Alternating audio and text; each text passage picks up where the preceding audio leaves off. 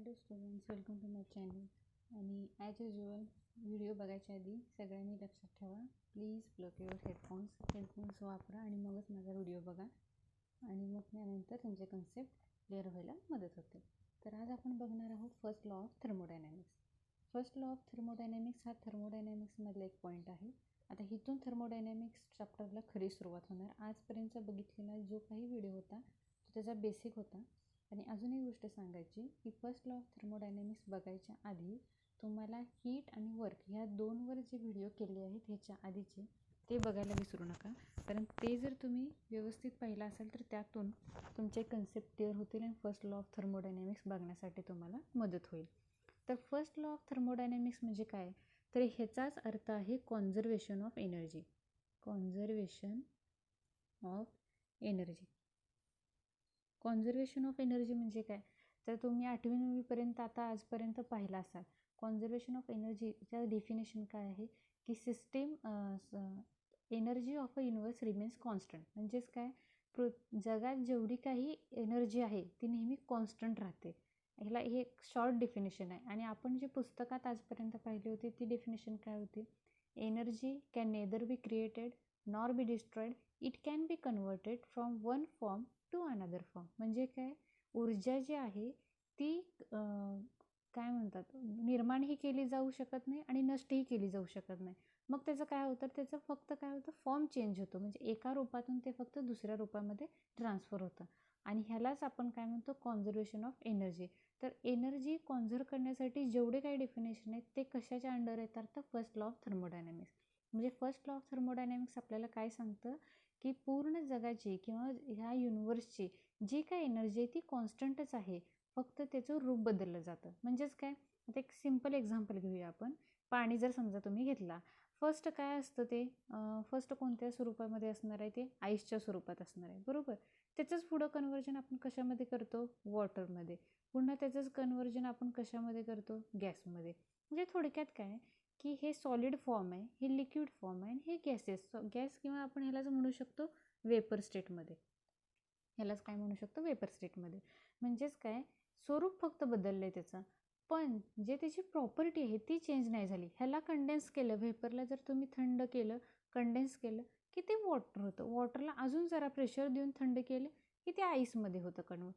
म्हणजेच काय की एनर्जी जी आहे ती इथं काय झाले, कॉन्झर्व झाले. फक्त काय चेंज झाले, तर त्याचं जे फॉर्म आहे ते तेवढं चेंज झाले. आणि हेच फॉर्म आपल्याला आता फर्स्ट लॉ ऑफ थर्मोडायनॅमिक्समध्ये स्टडी करायचं आहे.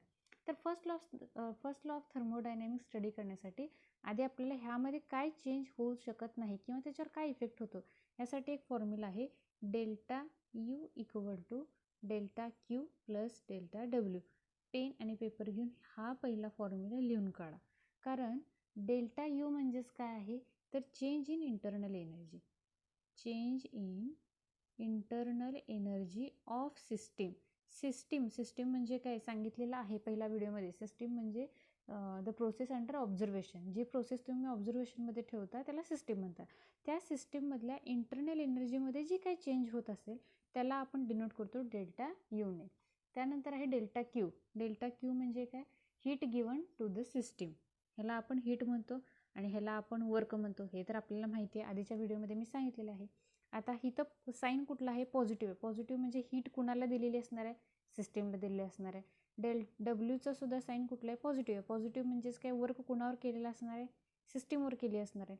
म्हणजेच काय, change in internal energy. Internal energy सिस्टीमची केव्हा बदलते, जेव्हा तुम्ही त्याला हीट किंवा सिस्टीम वर्क कराल. म्हणजेच काय, आपण change in internal energy of a system ह्याला काय म्हणू शकतो, heat given to the system. एखाद्या सिस्टीमला तुम्ही जर हीट दिली, समजा तुम्ही जर काय केलं, हीट दिली एखाद्या सिस्टीमला, काय होणार, त्याची इंटरनल एनर्जी वाढणार म्हणजे काय होणार, ती पुन्हा या स्टेजला किंवा इथून इथंपर्यंत वाढणार, त्याची इंटरनल एनर्जी वाढली. तुम्ही वर्क केलं त्याच्यावर, वर्क केलं म्हणजे काय, काम केलं त्याच्यावर, काम केल्यानंतर काय होणार, त्याला पुन्हा एनर्जी मिळणार आणि त्याची इंटरनल एनर्जी पुन्हा वाढणार. म्हणजे internal energy of a system आपण काय सांगू शकतो, heat given to the system and work done on the system. आपण heat given to the system का म्हणलो, कारण इथं पॉझिटिव्ह साईन आहे. Work done on the system का म्हणलो, कारण इथं साईन कुठला आहे, पॉझिटिव्ह आहे. इथं work done by the system का नाही म्हटलं, कारण सिस्टीमनं जर स्वतः वर्क केलं असतं तर त्याची एनर्जी कमी झाली असते. इथं पॉझिटिव्ह साईन आहे म्हणजे आपण त्याच्यावर काय केलं आहे, वर्क केलं आहे. एक गोष्ट लक्षात घ्या, तुम्हाला जर कोणी येऊन जेवण दिलं म्हणजे तुम्हाला जेवण देण्याचं काम केलं, तर ते तुम्ही खाल्ल्यानंतर तुमची एनर्जी वाढणार का कमी होणार? ऑब्व्हियसली वाढणार. तसंच हा पॉईंट आहे की वर्क जर तुम्ही सिस्टीमवर केला तर सिस्टीमचं काय होणार आहे, एनर्जी वाढणार आहे. तसंच हीटच्या बाबतीत, की हीट जर त्याला दिली, की तुम्ही त्याला सांगितलं की नाही आज आपण उठायचं आहे, काम करायचंच आहे आणि आपल्याला हे सिलेबस कंप्लीट करून पूर्ण वाचायचं आहे, म्हणजे हे काय केली, तुम्हाला एक ऊर्जा दिली, तर तुमची एनर्जी वाढली ना. म्हणजे तसंच असणार आहे की इंटरनल एनर्जी चेंज कधी होणार आहे, की heat given to the system, heat given to the system and simultaneously work done on the system, म्हणजे सिस्टीमला दिलेलं वर्क आणि हीट दिलेलं, सिस्टीमला दिलेली हीट, ह्या दोन्हीच्या कॉम्बिनेशनला आपण काय म्हणतो, change in internal energy of a system. आणि हेच म्हणजे काय आहे, तुमचा फर्स्ट लॉ ऑफ थर्मोडायनॅमिक्स आहे. कळालं? आता हे लक्षात घ्या. आता इंटरनल एनर्जी म्हणजे काय, इंटरनल एनर्जी म्हणजे काय, तर पहिलं आपण बघूया टोटल एनर्जी. त्याआधी बघूया टोटल एनर्जी. टोटल एनर्जी म्हणजे काय आहे, तर कायनेटिक एनर्जी असणार आहे प्लस पोटेन्शियल एनर्जी आणि मग त्यामध्ये असणार आहे इंटरनल एनर्जी. आता ही कायनेटिक एनर्जी कुठून मिळणार आहे, तर मोशन कुठली व्हायब्रेशनल असणार आहे, रोटेशनल असणार आहे, हे सगळे मोशनचे टाईप्स झाले, तर त्यामध्ये कायनेटिक एनर्जी असणार आहे. पोटेन्शियल म्हणजे स्टेडी आपल्याला पोटेन्शियल एनर्जी कशातून मिळते, ड्यू टू सम ग्रॅव्हिटेशनल आणि इलेक्ट्रोस्टॅटिक फोर्स किंवा इलेक्ट्रोस्टॅटिक फील्डमधून आपल्याला पोटेन्शियल एनर्जी मिळणार आहे. Due to some gravitational and electrostatic field, ह्याच्यातून आपल्याला काय मिळणार आहे, पोटेन्शियल एनर्जी. आणि आता आपण बघणार आहोत इंटरनल एनर्जी. कायनेटिक एनर्जी मिळते कशातून आपल्याला, तर मोशनमुळं. आणि पोटेन्शियल एनर्जी मिळते कारण की ते सिस्टीममध्ये असणारे ग्रॅव्हिटेशनल फोर्स किंवा इलेक्ट्रोस्टॅटिक फील्ड जे अप्लाय केलं जातं त्यातून मिळतं. आता जर समजा तुमची जर सिस्टीम इन रेस्ट असेल, म्हणजे काय, if system is in rest, system in rest म्हणजे काय, जर तुमच्या सिस्टीमवर कोणतंही काम केलं जाऊ शकत नाही, त्यावेळी काय असणार आहे, तिथं अब्सेन्स असणार आहे कशाचा, external फील्डचा, absent of external field. बाहेरची कोणतीही फील्ड त्याच्यावर काम करू शकत नाही. जेव्हा तुमची सिस्टीम रेस्टमध्ये असेल तेव्हा बाहेरची सिस्टीम कोणतीही काम करू शकत नाही. मग त्यावेळेस टोटल एनर्जी तुमची काय असणार आहे, त्यावेळेस तुमची टोटल एनर्जी असणार आहे फक्त इंटरनल एनर्जी. काय असणार आहे, इंटरनल एनर्जी. का, कारण की कायनेटिक एनर्जी मोशनमुळे मिळते आणि मोशन कधी असतं, जेव्हा तुम्ही हीट देता, आणि हीट देणं ही एक्सटर्नल काम आहे. पण जेव्हा तुमचं सिस्टीम ही शांत असेल तुम्ही हीट देणारच नाही, किंवा त्याच्यावर कोणतं प्रेशर अप्लाय करणार नाही, काही नाही, मग त्याचे मॉलिक्युल्स मोशनमध्ये राहतील का, नाही. म्हणजे कायनेटिक एनर्जीवर टोटल एनर्जी डिपेंड असणार आहे, कधी सिस्टीम रेस्टमध्ये असेल तेव्हा. सायमल्टेनियसली पोटेन्शियल एनर्जी, इलेक्ट्रोस्टॅटिक फील्डच अप्लाय होत नसेल तर तुमची टोटल एनर्जीवर पोटेन्शियल एनर्जीचा काही इफेक्ट होणार आहे का, नाही. म्हणजे सिस्टीम रेस्टमध्ये असताना फक्त टोटल एनर्जी काय असणार आहे, त्याच्या आतली जी एनर्जी असणार आहे इंटरनल एनर्जी, तीच तेवढी इथं काय केली जाईल, ग्राह्य धरली जाईल. मग आता इंटरनल एनर्जी जी आहे, ज्याला आपण कशाने डिनोट करतो, यूनं किंवा ईनं सुद्धा डिनोट करतात. काही पुस्तकात ई दिले, काही पुस्तकात यू दिले, ह्या दोन्हीमध्ये जम्बलिंग करू नका. इंटरनल एनर्जी दोन्हीला सुद्धा यू आणि ई असे दोन्ही सिम्बॉल वापरले जातात. तर इंटरनल एनर्जी आपल्याला कशातून मिळते, तर कायनेटिक एनर्जी. आता तुम्ही म्हणाल ही एनर्जी मग होतीच की, नाही, ही इंटरनल एनर्जी आतली असणार आहे आणि ही जी इंटरनल एनर्जी आहे ती बाहेरून फील्ड अप्लाय केल्यानंतर जी त्याला एनर्जी मिळते त्याला कायनेटिक एनर्जी ती म्हणायची. आता हिथं कायनेटिक एनर्जी कोणती असणार आहे बघा, तर हिथं मिळणारी कायनेटिक एनर्जी पहिला असणार आहे ट्रान्सलेशनल व्हायब्रेशनमुळे होतं, ट्रान्सलेशनल मॉलिक्यूल. दुसरी असणार आहे kinetic energy due to vibrational molecule.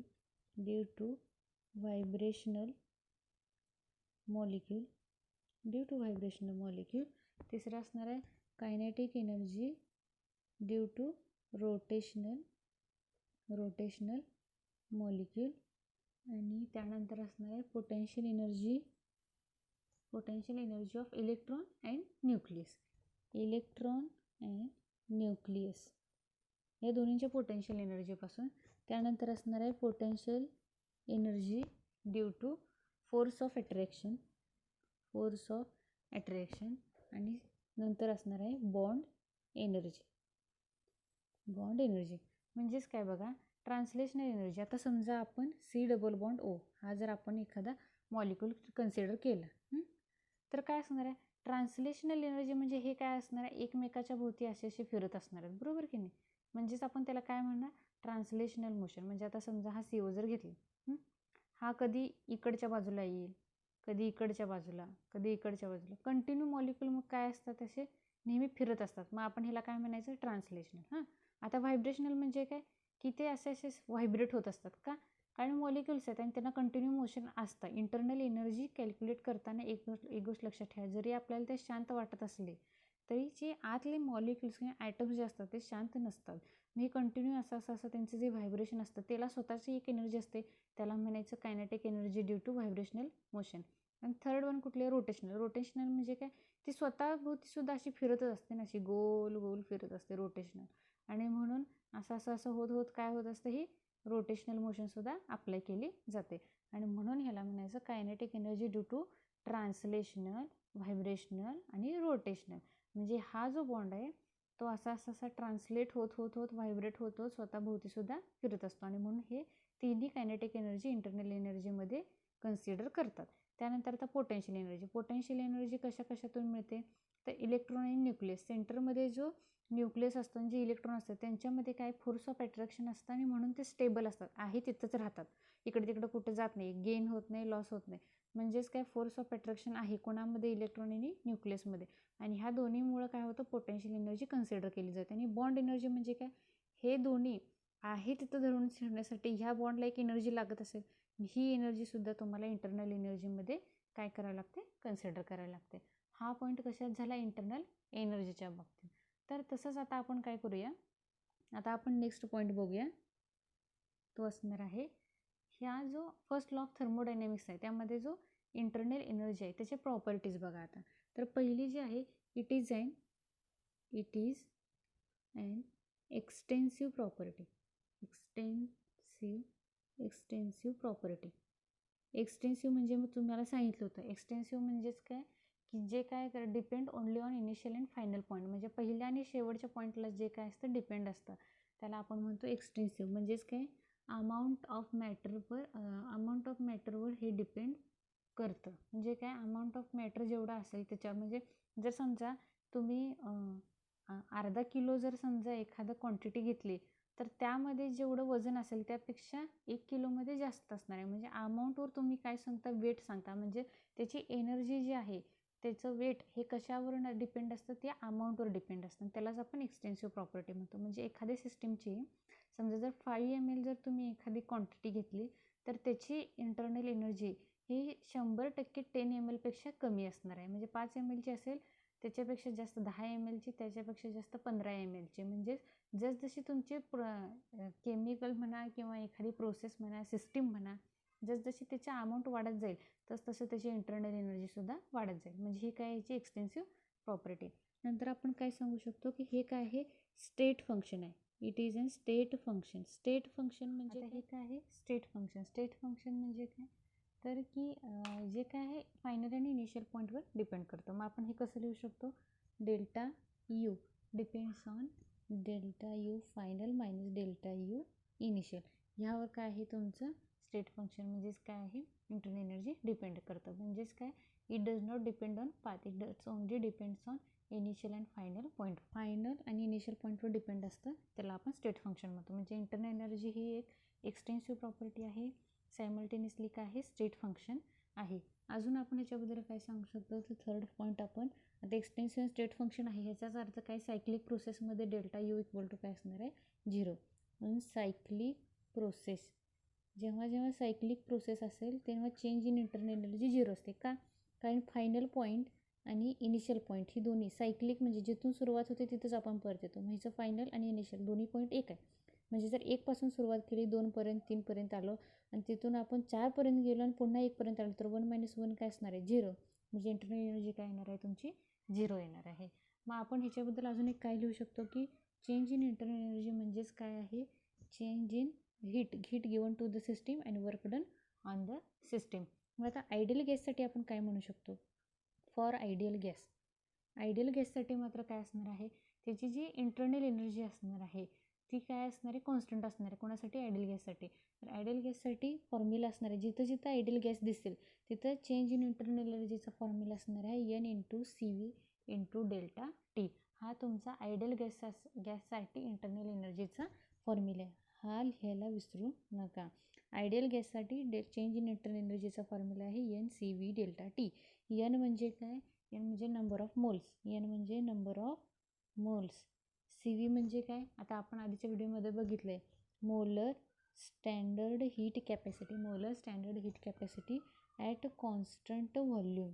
Molar standard heat capacity at a constant volume, याला CV म्हणायचं. आणि ΔT म्हणजे काय? Change in temperature. ΔT म्हणजे चेंज इन टेम्परेचर. जे टेम्परेचर चेंज होत असेल तर त्याला ΔT ने दाखवायचं. त्यानंतर molar standard heat capacity at constant volume CVने दाखवायचं. नंबर ऑफ मोल्स N दाखवायचं. हे काय आहे? आयडियल गॅससाठी इंटरनल एनर्जीचा फॉर्म्युला. आता आयडियल गॅस जे आहे त्याच्यामध्ये इंटरनल एनर्जी जी असते ती कशाला डिपेंड असते? डिरेक्टली टेम्परेचरला डिपेंड असते. Depends only on temperature. Ideal gas ही नेहमी टेम्परेचरवर जास्तीत जास्त डिपेंड करतं. म्हणून चेंज इन इंटरनल एनर्जी जी असणार आहे ती चेंज इन इंटरनल एनर्जी ही आपण ह्याच्यासाठी फॉर्म्युला काय लिहू शकतो? NCV ΔT. Number of moles, molar standard heat capacity at a constant volume and change in temperature. हे फॉर्म्युला कशासाठी? आयडियल गॅससाठी. मग if value of CV is variable, मग CVसाठी आपण काय लिहू शकतो बघा. म्हणजे CVची व्हॅल्यू जी असणार आहे ती वेगवेगळी असणार आहे. मग ती कॅल्क्युलेट कशी करायची? तर CV इक्वल टू आपण काय लिहू शकतो? CV equal to F/2R. म्हणजेच काय? F म्हणजे काय? F म्हणजे जी ॲटम आहे ते फ्रीडम किंवा आपण काय म्हणू शकतो की त्या ॲटमची जे मॉलिक्यूल जे आहे त्याच्यासाठी आपण काय करतो? वेगवेगळ्या मॉलिक्यूलसाठी Fची व्हॅल्यू कन्सिडर करतो. आता R बघा, जर Rची व्हॅल्यू कन्सिडर केली तर प्रत्येक पुस्तकामध्ये एकच दिलेलं असतं. R इक्वल टू काय असतं? 8.314 जूल पर मोल. आणि F म्हणजे degree of freedom of a particular atom. F म्हणजे डिग्री ऑफ फ्रीडम. आणि आपण Rची व्हॅल्यू काय घेऊ शकतो? 2 कॅलरी पर मोल. ही व्हॅल्यू कशासाठी? 2 कॅलरी पर मोल. ही व्हॅल्यू कशासाठी? Rसाठी. आणि तीच व्हॅल्यू आपण Fसाठी आपण काय काय ठेवू शकतो बघा. F equal to 3. कधी? जेव्हा ते मोनो ॲटॉमिक असतं. कसं असतं? Mono atomic. मोनो ॲटॉमिक म्हणजे काय? हेलियम समजा, ऑर्गॉन घ्या, हे मोनो ॲटॉमिक झालं. अजून Fची व्हॅल्यू आपण काय घेऊ शकतो? 5. कधी? जर ते डायॲटॉमिक असेल. कसे असेल? डायॲटॉमिक. डायॲटॉमिक म्हणजेच आपण काय म्हणू शकतो? O2 घ्या, N2 घ्या, हे कसे आहे? डायॲटॉमिक. आणि त्यानंतर Fची व्हॅल्यू आपण 6 घेऊ शकतो. कोणासाठी? पॉलीॲटॉमिकसाठी. पॉलीॲटॉमिक म्हणजेच काय? O3, SO3 हे असे पॉलीॲटॉमिक असतील तर त्याला आपण Fची व्हॅल्यू म्हणजे degree of freedom of atom particular आपण काय घेऊ शकतो? 6. आणि ह्या डिग्री ऑफ फ्रीडमवरून CVची व्हॅल्यू कॅल्क्युलेट केली जाते. आणि CP म्हणजे काय? तर CV+2 म्हणजेच काय? F/2R + R. हे केलं की तुम्हाला CPची व्हॅल्यू मिळते. पण आता इथे CPची गरज नाही, आपल्याला फक्त CV कॅल्क्युलेट करायचं आहे. आणि CVची व्हॅल्यू आपण आयडियल गॅसच्या चेंज इन इंटरनल एनर्जीमध्ये पुटअप केली की आपल्याला इंटरनल एनर्जी मिळते. आणि ही CVची व्हॅल्यू कॅल्क्युलेट करण्यासाठी तुम्हाला F/2Rचा फॉर्म्युला माहिती असणं गरजेचं आहे. Rची व्हॅल्यू माहिती असते. Fची व्हॅल्यू तो पर्टिक्युलर ॲटम मोनो ॲटॉमिक आहे, ॲटॉमिक आहे की पॉलीॲटॉमिक आहे यावरून डिसाईड करून तुम्ही ती व्हॅल्यू काय करायची? CVमध्ये पुटअप करायची. तर हे सगळं काय आहे? इंटरनल एनर्जी कशी कॅल्क्युलेट करायची त्याबद्दलची माहिती. इंटरनल एनर्जीमध्ये बघा, फर्स्ट वन तर तुम्हाला हा फॉर्म्युला माहिती असणं गरजेचं आहे. Heat given to the system, work done on the system. आणि ह्या दोन्हीमध्ये त्याची इंटरनल एनर्जी वाढणार आहे. त्यानंतर सिस्टीम रेस्टमध्ये असेल तेव्हा काय असणार आहे? त्याच्यामध्ये कायनेटिक आणि पोटेन्शियल एनर्जी लागणार नाही, तिथं फक्त इंटरनल एनर्जी येणार आहे. मग ही इंटरनल एनर्जी कशापासून येते? तर ट्रान्सलेशनल, व्हायब्रेशनल, रोटेशनल अशामधून काय येणार आहे? त्याची kinetic energy. Potential energy of nucleus आणि इलेक्ट्रॉन. स्टेडीमध्ये कोण असणार आहे? इलेक्ट्रॉन न्यूक्लियस स्टेडीमध्ये आहे, म्हणूनच हे सगळे एकमेकाला बाइंड होतात आणि म्हणूनच त्याला पुन्हा आपण काय म्हणतो? बॉन्ड एनर्जी म्हणतो. त्यानंतर ह्याची प्रॉपर्टी कोणकोणती असणार आहे, एक्सटेन्सिव्ह आहे, स्टेट फंक्शन आहे, सायक्लिक प्रोसेस 0 असते. आणि मग येणारा आयडियल गॅससाठी फॉर्म्युला हा आहे जनरल गॅससाठी फॉर्म्युला चेंज इन इंटरनल एनर्जीचा, आणि हा आयडियल गॅससाठी असणार आहे ज्याचा फॉर्म्युला असणार आहे NCV डेल्टा टी. मग इथं आपल्याला माहीत नसलेली क्वांटिटी कुठली तर सीव्हीसाठी फॉर्म्युला F/2R असणार आहे. आरची व्हॅल्यू असणार आहे 8.314 जूल पर मोल किंवा 2 कॅलरी पर मोल, आणि Fची 356 डिपेंडिंग ऑन मोनोॲटॉमिक, डायॲटॉमिक व पॉलीॲटॉमिक. ह्यावरून काय डिसाईड करणार आहे, तुम्ही तुमची CVची व्हॅल्यू डिसाईड करणार आहे. आता नेक्स्ट बघूया आपण की why internal energy of a gas is said to be only kinetic energy. तुमचा क्वेश्चन काय असणार आहे बघा, why internal energy of a gas is said to be only kinetic energy. म्हणजे कधी गॅसची जी इंटरनल एनर्जी आहे ती फक्त कायनेटिक एनर्जी आहे असं आपण म्हणू शकतो. तर जेवढे काही आयडियल गॅस असेल तिथं इंटरनल एनर्जी जी आहे, internal energy all of the ideal gas जेवढे आहेत त्या आयडियल गॅसमध्ये काय आहे, जी इंटरनल एनर्जी आहे ती कुणाची एवढी असते तर kinetic energy of its molecule. त्या मॉलिक्यूल जे आहेत त्या kinetic energy of its molecule. जे मॉलिक्यूल्स जे आहेत त्याचे कायनेटिक एनर्जी जेवढी असतील ती म्हणजे त्यांची इंटरनल एनर्जी आहे. कुणाच्या बाबतीत, आयडियल गॅसच्या बाबतीत. मग आता इंटरनल एनर्जीची कायनेटिक एनर्जी कोणकोणत्या आहेत आधी मागच्या वेळी आपण बघितलं, kinetic energy +1, kinetic energy 2 + kinetic energy 3. आणि हे कोणकोणते आहेत तर फर्स्ट कोणतं आहे, व्हायब्रेशनल, ट्रान्सलेशनल आणि रोटेशनल. ह्या 3 कायनेटिक एनर्जी म्हणून तुमची इंटरनल एनर्जी असणार आहे. कुणासाठी, आयडियल गॅससाठी. का, कारण आयडियल गॅस जेवढे असतात त्या आयडियल गॅसमध्ये काय असतं, जेवढे आयडियल गॅस असतात त्याच्यामध्ये फोर्स ऑफ अट्रॅक्शन नसतं आणि त्यामुळे त्याच्यामध्ये पोटेन्शियल एनर्जी नसतं. आणि म्हणून इथं आपण काय म्हणू शकतो, internal energy of an ideal gas is said to be only kinetic energy. तर ह्याच्या पुढचे जे काही क्वेश्चन असतील ते आपण नेक्स्ट व्हिडिओमध्ये बघूया. आतापर्यंत हा पॉईंट क्लिअर करा. ह्यामध्ये तुम्हाला काही शंका असतील तर मला विचारा किंवा कमेंट बॉक्समध्ये लिहायला विसरू नका. मी त्याचं नेक्स्ट व्हिडिओ करत असताना ते क्वेश्चनचे आन्सर नक्की देईन. आणि thanks for watching my video. माझे व्हिडिओ लाईक करायला, शेअर करायला आणि सबस्क्राईब करायला विसरू नका. थँक्यू.